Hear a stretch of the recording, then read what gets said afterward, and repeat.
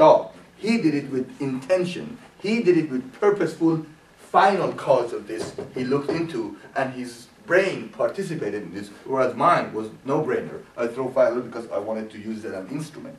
That life that is done contemplative, with intention, and with certainly rational thinking of doing the right thing becomes the highest form of life. Not only you do the right thing, but you know why you're doing it. See, why you're doing it. You're not just following. So that becomes, and I'll talk about this in a second, but going back to this notion of village versus the city, and this has become one of the most significant theories of the state. Let me clean this up because I make a lot of mess. The village is inferior to the polis, and the city is the most important one because this is a self-sufficient, whether we call it a nation state, these days we call it nation state, or whether we call it a city state. For Aristotle, it's this confine of the city or community, and his highest form of community. And when he says the city, he doesn't mean boundaries. Yes, they have boundaries, but what he means is the community of equals. Community of equals. So his ideal community would be a small, maybe New England town halls, you know, that you get together and you contemplate and you talk and you make decisions, not mega cities of 17 million people. He's talking about small communities. Now, why is this the highest one? He says it is here that you can fulfill your potential as a human being and be a virtuous human being.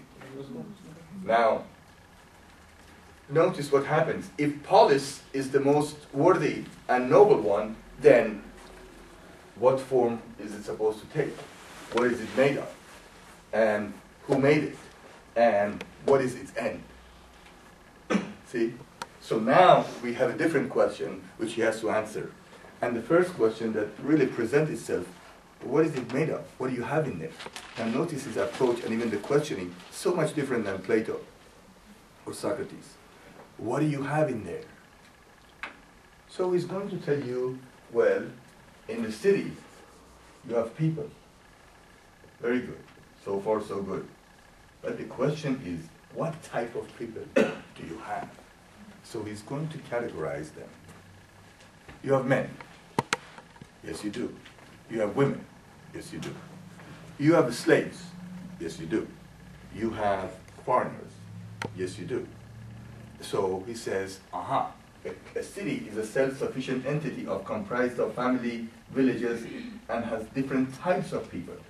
If these are the type of people that you have in the city, then what would be, what is it, who made it? Well, of course, that becomes who started the city and the community, who created this. Then what form has it taken, its entity, the shape it has, and it's a constituency.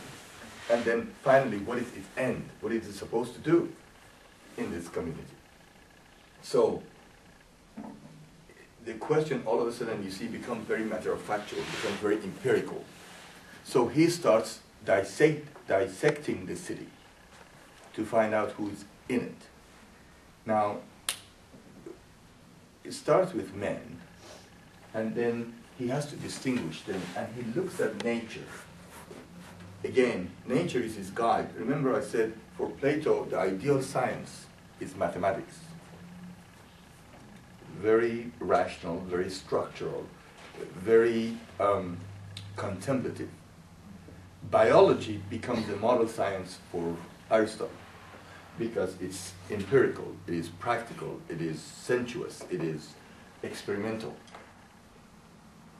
So he looks at nature and he says, well, as it is, there is a different types of being in nature, there's also different types of being in the city. And he categorizes them. On the lowest part, he calls them the slaves. Now, I know that in America you may think of a slave as a racist, as a race-related. But for Aristotle, when he says slave, that means someone who is mentally inferior, has to follow, has to have been told what to do. Someone like an invalid. You have to tell him what to do. Someone who cannot think for himself. So there's a natural slave. In other words, someone who's totally mentally inferior. You have to tell him what to do. Think of, for example, we do this all day. Like we say the age of maturity is 18. That means at the age of 18 you become, mature enough to make your own decision. But prior to that, your father will have to make a decision. You have a custodian. So to have a slave, to be a slave means you're a person whose brain is not quite there. You can't decide for yourself. It's called a natural slave. Then he says there's other group of people who are slaves, but they're slaves not by nature, but by law. In other words, Athens attacks Sparta or Iran, Persia. Then they get a bunch of Persians and they bring them to Athens and they use them as slaves. Now that doesn't mean that they're inferior in brain. So they're not natural slaves, they're smart. These were their, scientists, let's say. But they use them as slaves because they tell them what to do because they conquer them. So they become legal slaves, not natural slaves. They're in their full capacity, they have the capacity, but they have become, just think of it today as this. How many of you have seen, for example,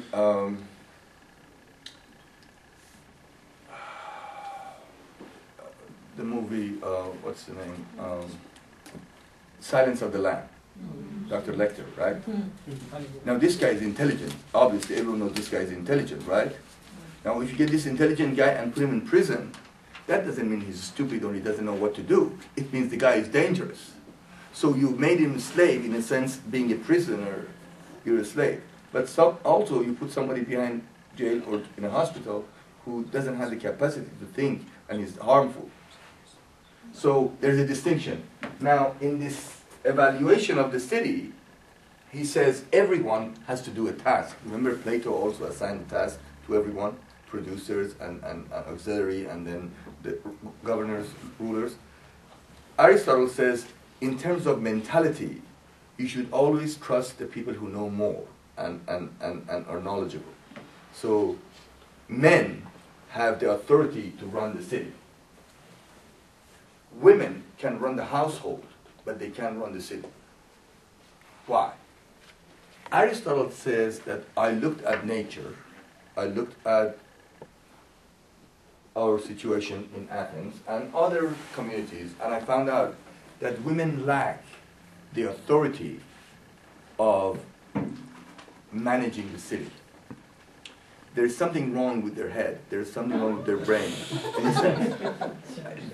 I'm not making this up. He does say that. That they have something, there is a short circuit in here with women. I can't see we got it. I missed that. Say that again. He gave me 1 minute time, so I thought I'd end on that note.